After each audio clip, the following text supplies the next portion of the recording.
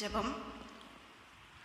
சிலுவை நாதரே சுவின் பேரொளி வீசிடும் தூய கண்கள், சிலுவை நாதரே சுவின் பேரொளி வீசிடும் தூய கண்கள், என்னை நோக்கி பார்க்கின்றன, தம் காயங்களையும் பார்க்கின்றன, என்னை நோக்கி பார்க்கின்றன, தம் காயங்களையும்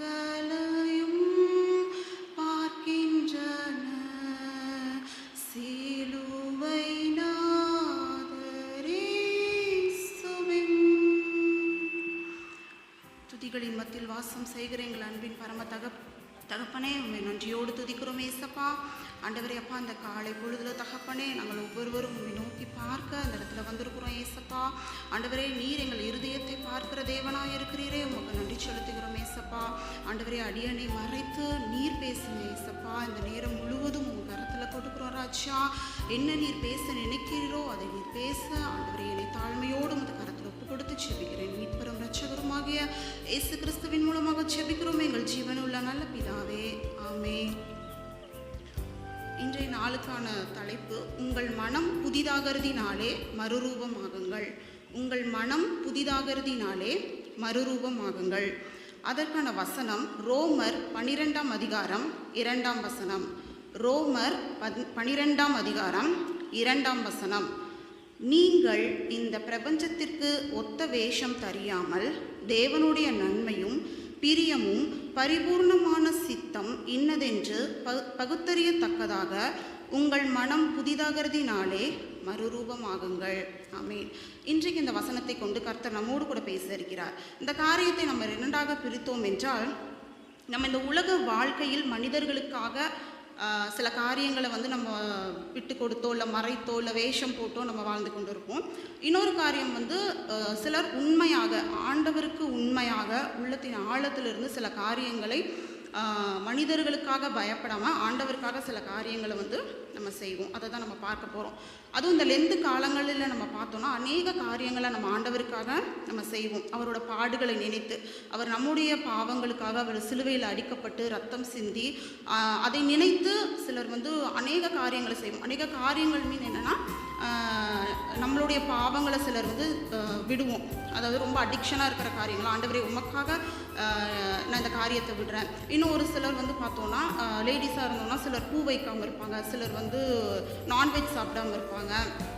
இன்னும் சிலர் பார்த்தோன்னா, நான் கேள்விப்பட்டது பார்த்தோன்னா டிவி பார்க்காம, அதாவது சீரியல் இந்த 40 நாள் மட்டும் சீரியல் பார்க்காம, இப்படியெல்லாம் கொஞ்சம் பேர் இருந்து நான் கேள்விப்பட்டிருக்கேன். என்ன அப்படின்னு நம்ம யோசித்து பார்த்தோன்னா, அந்த 40 நாள் மட்டும் ஆண்டவருக்காக இப்படி இருக்கிறது நமக்கு ஆண்டவர் அதை ஏற்றுக்கொள்வாரா? ஆண்டவர் இதை தான் எதிர்பார்க்கிறாரா? இல்லை வேதத்தில் இதை தான் ஆண்டவர் நமக்கு சொல்லியிருக்கிறாரா என்பதை நம்ம யோசித்து பார்க்கணும்.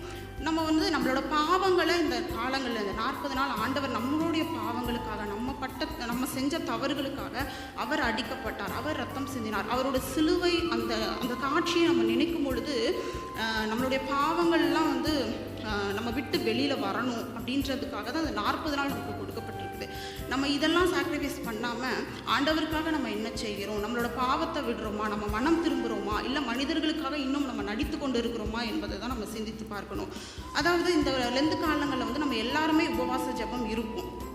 தனிப்பட்ட விதத்துலேயும் நம்ம உபவாச ஜெபம் இருக்கும். அப்படி இல்லைன்னா சில கூட்டங்களுக்கு சென்று நம்ம உபவாச ஜெபம் இருக்கும். அப்போ அந்த உபவாசத்தை குறித்து வேதம் என்ன சொல்லுகிறது? மத்தேயு 6ஆம் அதிகாரம் 16ஆம் வசனத்தில், நாம் உபவாசிக்கும் போது அந்த உபவாசம் மனுஷர்களுக்கு காணப்படாமல் அந்தரங்கத்தில் இருக்கிற பிதாவுக்கு காணப்படும்படியாக நம்முடைய உபவாசம் இருக்க வேண்டும் என்று வேதம் சொல்லுகிறது. ஆமாம், நம்ம இந்த காலத்தில் சிலர் உபவாசிக்கும் பொழுது நம்மளோட உபவாசம் அடுத்தவர்களுக்கு தெரியப்படுத்தணும் என்று சிலர் நம்ம நினைப்போம். அந்த உபவாச நேரம் முழுவதும் அந்தரங்கத்தில் இருக்கிற பிதாவுக்கு மாத்திரமே தெரியப்படுத்தணும் என்று வேதம் சொல்கிறது. அந்த உபவாச நேரம் முழுவதும் நம்ம ஆண்டவரோடு கூட இணைக்கப்பட்டு இருக்கணும். நம்ம வீட்டு வேலைகளை செய்து கொண்டோ இல்லை நம்ம ஏதாவது ஃபோனில் பேசிட்டோ அந்த மாதிரிலாம் இல்லாமல் அந்த உபவாச நேரம் இப்போ காலையிலேருந்து நம்ம மதியம் வரைக்கும் இருக்கிறோம் என்றால் ஆண்டவரோடு கூட இணைக்கப்பட்டிருக்கணும். ஏசப்பா நீங்கள் இந்த உபவாசத்தை ஏற்றுக்கொள்ளுங்க, என் ஜெபத்தை ஏற்றுக்கொள்ளுங்க என்று நம்ம அந்த உபவாசிக்கும் பொழுது அந்த உபவாச ஜெபம் ஆண்டவரோடு கூட கேட்கப்படும். இந்த நம்ம இந்த வெளி உலக மக்களுக்காக நம்ம பரிசுத்தமாக இருக்கிறது போல சில காரியங்களை நம்ம காண்பித்து கொள்ளலாம். ஆனால் ஆண்டவர் நம்ம வெளி தோற்றத்தையோ இல்லை நம்ம முகத்தையோ இல்லை நம்ம என்ன செய்கிறோம், நம்ம என்ன செய்து கொண்டு இருக்கிறோம் அதை நம்ம பார்க்கறதே கிடையாது. இங்கே வந்திருக்க ஒவ்வொருவருடைய இருதயத்தையும் பார்க்கிறார்.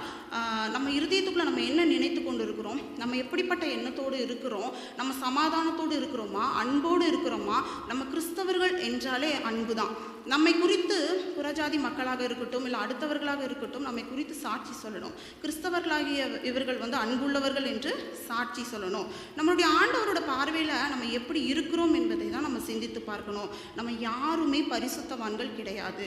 நம்ம எல்லாருமே மாம்சத்தில் இருக்கும் பொழுது நம்ம யாருமே பரிசுத்தவான்கள் கிடையாது. ஆண்டவரை தவிர நம்ம யாருமே பரிசுத்தவான்கள். ஆனால் பரிசுத்தமாக வாழ கற்றுக் கொடுத்துருக்கிறார் ஏசப்பா. எப்படி பரிசுத்தமாக வாழணும், நம்ம நம்மளோட வாழ்க்கையில் நம்ம செய்கிற பாவங்களை விட்டு ஆண்டவரோட பாதையை பின்பற்றி சிலுவையை சுமந்து என்னை பின்பற்றி வா என்று ஆண்டவர் சொல்கிறார். அப்போது ஆண்டவர் நம்மிடம் எதிர்பார்க்குற ஒரே காரியம் நம்ம அன்பு செலுத்தணும். இரண்டாவது நம்ம பாவத்தை விடணும். மூன்றாவது யாராவது நமக்கு தீமை செய்தாங்கன்னா அவங்களுக்கு தீமைக்கு தீமை செய்யாமல் நன்மை செய்யணும். அதாவது ஆண்டவர் நம்ம இருதயத்தை தான் பார்க்கிறார் என்று சொல்கிறேன். அப்போது நம்ம மனிதர்கள்லாம் எதை பார்க்குறாங்கன்னா நம்ம வெளி தோற்றத்தையும் நம்ம என்ன செய்கிறோம், அவங்க ஒன்று சொல்லிட்டாங்க அப்படின்னா நம்ம அதை ரெண்டாக சொல்லணும், அடுத்தவங்களை காயப்படுத்தணும் என்று நினைக்கிறோம். நம்ம அதையெல்லாம் விட்டு நம்ம இருதயத்திலிருந்து ஆண்டவர் நமக்கு கற்றுக் கொடுத்த நன்மைகள் என்ன, தீமைகள் என்ன, சில காரியங்களை நம்ம விட்டு அகற்றி ஆண்டவரை நோக்கி நம்ம பார்த்து ஏசப்பா இந்த லெந்து காலங்களில் நீங்கள் எங்களுக்கு என்ன பண்ணுங்க, உதவி செய்யுங்க, எங்கள் பாவத்தை விடுறதுக்கு நீங்கள் எங்களுக்கு உதவி செய்யுங்க ஏசப்பா என்று நம்ம கேட்கும் பொழுது ஆண்டவர் நமக்கு உதவி செய்வார். ரோமர் 12:18 பார்த்தோம் என்றால், கூடுமானால் உங்களால் மட்டும் எல்லா மனுஷரோடும் சமாதானமாக இருக்க கர்த்தர் நம்மிடம் எதிர்பார்க்கிறார். கூடுமான மட்டும் அப்படி என்று கர்த்தரே சொல்லிட்டார். ஏன்னா நம்ம எல்லாமே மனுஷங்க, மாம்சத்தில் இருக்கோம். நம்ம எல்லாருமே எப்பயுமே அன்பாவோ சமாதானமாவோ சந்தோஷமாவோ இருக்க முடியாது. ஏன்னா பிசாசானவன் விடமாட்டான். ஸோ நம்ம என்ன பண்ணணும் அப்படின்னா ஆண்டவர்கிட்ட கேட்கணும், ஆண்டவரே எனக்கு உதவி பண்ணுங்க, எனக்கு போராட்டம் வருது, எனக்கு கோபம் வருது, எனக்கு எரிச்சல் வருது, அந்த மாதிரி காரியங்களை விட்டு உம்முடைய அன்புல நான் நிலைத்திருக்க எனக்கு உதவி செய்யுங்க ஏசப்பா என்று நம்ம கேட்கும் பொழுது ஆண்டவர் நமக்கு உதவி செய்வார்.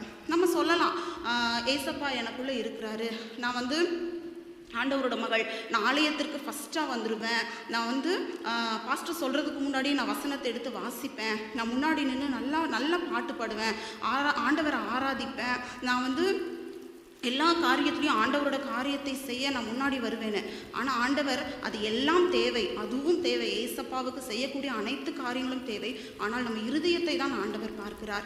இன்றைக்கு ஆண்டவர் திரும்பி திரும்பி நம்ம கூட பேசுகிற விஷயம் நம்மளோட பாவங்களை விட்டு, நம்ம இருதயத்தின் கடினத்தை விட்டு, நம்ம இருதயத்தில் இருக்கக்கூடிய கசப்பை எடுத்து போட்டு ஏசப்பாவை நோக்கி பார்க்கணும். இந்த 40 நாள் நமக்கு அதுக்கு தான் கொடுத்துருக்காங்க. நம்மளுடைய பாவத்தை விடணும், நம்மளுடைய கடின இருதயத்தை எடுத்து போடணும், அன்புள்ள இருதயத்தை நம்ம பெற்று கொள்ளணும் என்றுதான் ஆண்டவர் விரும்புகிறார். கலாத்தியர் 5:22, 23 கலாத்தியர் 5:22-23 பார்த்தோம் என்றால், ஆவியின் கனியோ அன்பு, சந்தோஷம், சமாதானம், நீடிய பொறுமை, தயவு, நற்குணம், விசுவாசம், சாந்தம், இச்சையடக்கம், இப்படிப்பட்டவைகளுக்கு விரோதமான பிரமாணம் ஒன்றுமில்லை. ஆமேன். ஆவியின் கனி ஃபஸ்ட் எடுத்தோடனே அன்பு தான் ஆண்டவர் சொல்கிறாரு. அப்புறம் சந்தோஷம், சமாதானம், நீடிய பொறுமை, நற்குணம், இதெல்லாம் நமக்குள்ளே இருக்குதா என்று நம்ம யோசித்து பார்க்கணும்.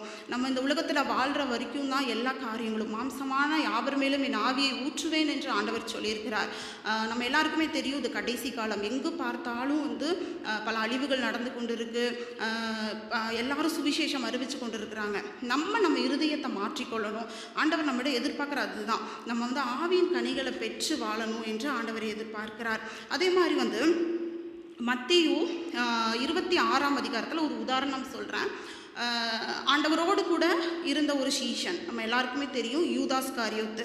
ஆண்டவரோடு கூட இருந்த ஒரு சீஷன், ஆண்டவர் தேர்ந்தெடுத்த ஒரு சீஷன், ஆண்டவரோடு கூட ஊழியம் செய்தான், ஆண்டவரோடு கூட சாப்பிட்டான், எல்லாமே பண்ணி எல்லா காரியங்களும் பண்ணாலும் உலக காரியத்திற்குள்ளாக அந்த ஒரு பண ஆசை அவனுக்குள்ளே வரும் பொழுது ஆண்டவரை விட்டு அவரையே காட்டி கொடுக்கும்படியாக அந்த 30 வெள்ளிக்காசுக்காக என்ன பண்ணிட்டான், ஆண்டவரை காட்டி கொடுத்துட்டான்.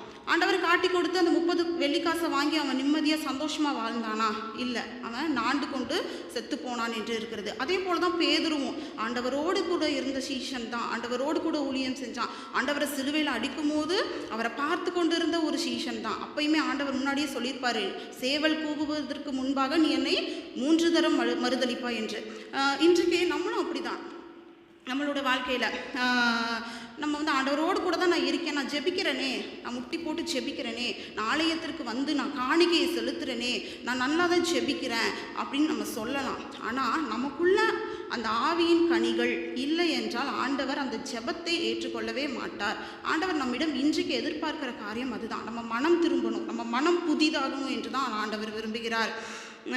அதே போல் பார்த்தோம் அப்படின்னா நம்மளோட வாழ்க்கையில் அநேக காரியங்கள் நடக்கலாம், அநேக மனிதர்கள் நம்மளோட வாழ்க்கையில் வந்து போகலாம். எல்லா காரியத்தையும் நம்ம நிதானித்து அறிந்து ஆண்டவருக்காக செய்யக்கூடிய பிள்ளைகளாக நம்ம மாற வேண்டும். அதே மாதிரி மத்தேயு 6:24 என்ன சொல்கிறது என்றால், 2 எஜமான்களுக்கு ஊழியம் செய்ய ஒருவனாலும் முடியாது. ஒன்று நம்ம என்ன செய்கிறோம், ஆண்டவருக்காக ஊழியம் செய்கிற பிள்ளைகளாகவும் ஆண்டவரோட பிள்ளைகளாகவும் வாழணும். இல்லை என்றால் நம்ம வந்து பிசாசின் பிள்ளைகளாக தான் இருக்க முடியும். அதாவது ஒருத்தவங்களை வச்சுட்டு நம்ம இன்னொருத்தவங்களை வந்து நம்ம என்ன பண்ண முடியாது, நம்ம அவங்கள சேவிக்க முடியாது. நம்மளோட இருதயம் ஆண்டவருக்காக நம்ம கொடுக்கணும், நம்ம இருதயத்தில் ஏசப்பா மட்டும்தான் இருக்கணும் என்று நம்ம நினைக்கணும். இந்த லெந்து காலங்களில் ஆண்டவர் நம்மிடம் எதிர்பார்க்குற ஒரு விஷயம் என்னென்னா, நம்ம இந்த உலகத்துக்காக வேஷம் போடக்கூடாது. இந்த மனிதர்களுக்காக நம்ம பயப்படவோ இல்லை வந்து ஐயோ அவங்க என்ன நினச்சிருவாங்க இவங்க என்ன நினச்சிருவாங்க அப்படின்ற எண்ணம் இல்லாமல் நம்ம வந்து ஏசப்பாவுக்காக மட்டும்தான் வந்து எல்லா காரியத்தையும் செய்ய வேண்டும். அதே மாதிரி இந்த காலங்களில் நம்ம மனம் புதிதாகிறதுனால ஆண்டவர் என்ன வந்து சில காரியங்களை வந்து நம்மக்கிட்ட மாற்றணும்னு நினைப்பார். என்னென்ன காரியத்தை விடணும்னா, கலாத்தியர்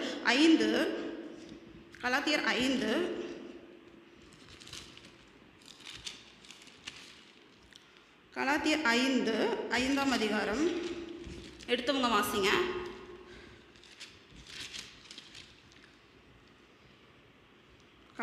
பத்தொன்பதாம் வசனம், 20ஆம் வசனம், 21ஆம் வசனம்.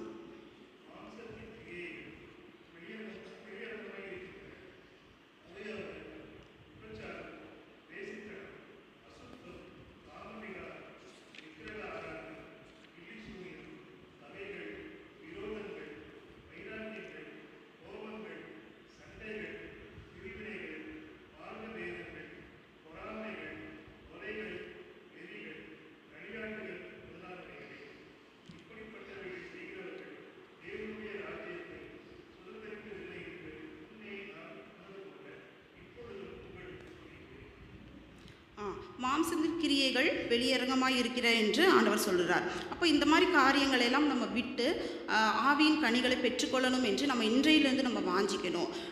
உலக மனிதர்களுக்காக ஆண்டவரை விட்டு கொடுக்கக்கூடாது. ஏசப்பாவோட பேரை சொல்லி நம்ம வேஷம் கொடுக்கணும். அந்த ஃபஸ்ட்டு அந்த ரோமர் 12ஆம் அதிகாரம் அந்த 2ஆம் வசனத்திலேயே இந்த பிரபஞ்சத்திற்கென்று ஒத்த வேஷம் தெரியாமல் என்று தான் இருக்கிறது. அப்போது நம்ம இந்த மக்களுக்காகவோ இல்லை வந்து அடுத்தவங்க என்ன சொல்லுவாங்க என்று நினைக்காம நம்ம ஆண்டவருக்காக நம்ம என்ன செய்கிறோம் என்று தான் நம்ம யோசித்து பார்க்கணும். நம்ம அந்த ரட்சிப்பை வந்து நம்ம பெற்றுக்கொள்ளணும். ஆண்டவர் என்ன சொல்கிறார், ரோமர் 8:13ஆம் வசனத்தில், மாம்சத்தின்படி பிழைத்தால் சாவீர்கள், ஆவியினாலே சரீரத்தின் செய்கைகளை அழித்தால் பிழைப்பீர்கள் என்று இருக்குது. ஆமாம், நம்ம மாம்சத்தின்படி வாழ்ந்தோம் அப்படின்னா அந்த மாம்சம் தேவைதான், நமக்கு எல்லா காரியங்களும் நமக்கு தேவைதான். ஆனாலும் ஆவியில் நம்ம எப்படி இருக்கிறோம், நம்ம உள்ளத்தில் எப்படி இருக்கிறோம், நம்ம இருதயத்தை தான் ஆண்டவர் பார்க்கிற தேவனாக இருக்கிறார். நம்ம மறுரூபமாக்கப்படணும் என்று தான் ஆண்டவர் இந்த காலங்களில் விரும்புகிறார். அதாவது பார்த்தோம் அப்படின்னா ஆவியின் கனி சில காரியங்கள் வந்து நம்மளால் செய்யவே முடியாது, அது மேற்கொண்டு வரவே முடியாது. ஆனாலும் ஆண்டவரோட சித்தம் என்ன என்பதை நம்ம அறிந்து கொள்ளணும். அவரோட பாதத்தில் அமர்ந்து, ஏசப்பா இது எல்லாவற்றையும் எனக்கு மேற்கொள்ள உதவி செய்யுங்க, என்னோட பாவத்தை எல்லாம் மேற்கொண்டு வர எனக்கு உதவி செய்யுங்க, உங்கள் சித்தம் என்ன என்பதை எனக்கு தெரியப்படுத்துங்க ஏசப்பா என்று கேட்கும் பொழுது இந்த உலக வாழ்க்கையில் ஜெயிக்கிற ஒரு ஜெயத்தையும் கொடுப்பார், ஆவியில் நமக்கு ஒரு உற்சாகத்தையும் அவர் கொடுப்பார். இந்த லெந்து காலங்களில் ஆண்டவர் நம்மிடம் அதை தான் எதிர்பார்க்கிறார். எல்லா பாவ குணங்களையும் விட்டு ஆண்டவரை நோக்கி நம்ம பார்ப்போமா? ஜெபம். துதிகளின் மத்தியில் வாசம் செய்கிற எங்கள் அன்பின் பரம தகப்பனே ராஜா, நன்றியோடு துதிக்கிறோம் ஏசப்பா. ஆண்டவரே அப்பா, இந்த நேரம் முழுவதும் நீர் எங்களோடு கூட பேசினதற்காக நன்றி ஏசப்பா. ஆண்டவரே, நீர் எங்கள் ஒவ்வொருவரையும் கண்ணோக்கி பார்க்கிற தேவனாய் இருக்கிறீரே, நன்றி ஏசப்பா. ஆம் தகப்பனே, நீர் எங்களுடைய இருதயத்தை பார்க்கிற தேவன் அப்பா. நீர் வெளி தோற்றத்தை பார்க்கிற தேவன் அல்ல ஆண்டவரே. ஆண்டவரே அப்பா, நீர் எங்களிடம் ஆவியின் கனிகளை பெற்று ஆண்டவரே எங்களோட மனம் புதிதாகணும் என்று நீங்கள் நினைக்கிறீங்களே. எங்களுடைய எங்களுடைய பாவங்களுக்காக நீங்கள் சிலுவையில் அடிக்கப்பட்டீங்களே ஏசப்பா. ஆண்டவரே அப்பா, நாங்கள் எங்களை தாழ்த்தி உமது கரத்தில் ஒப்பு கொடுக்குற ராஜா. எங்கள் உச்சம் தலை முதல் உள்ளம் கால்வரே அப்பா உமது பரிசுத்த ரத்தத்தை கொண்டு கழுவுங்க ஏசப்பா. ஆண்டவரே, இனி நாங்கள் பாவம் செய்யாதபடி ஆண்டவரே அப்பா உம்முடைய பிள்ளைகளாக வாழ எங்கள் ஒவ்வொருவரையும் அப்பா உமது கரத்தில் தாழ்த்தி ஒப்படைக்கிறோம் ஏசப்பா. நீங்களே எங்களை பொறுப்பெடுத்து கொள்ளுங்க, எங்களை வழி நடத்துங்க. மீட்பெரும் இரட்சகருமாகிய இயேசு கிறிஸ்துவின் மூலமாக ஜெபிக்கிறோம் எங்கள் ஜீவனுள்ள நல்ல பிதாவே, ஆமென்.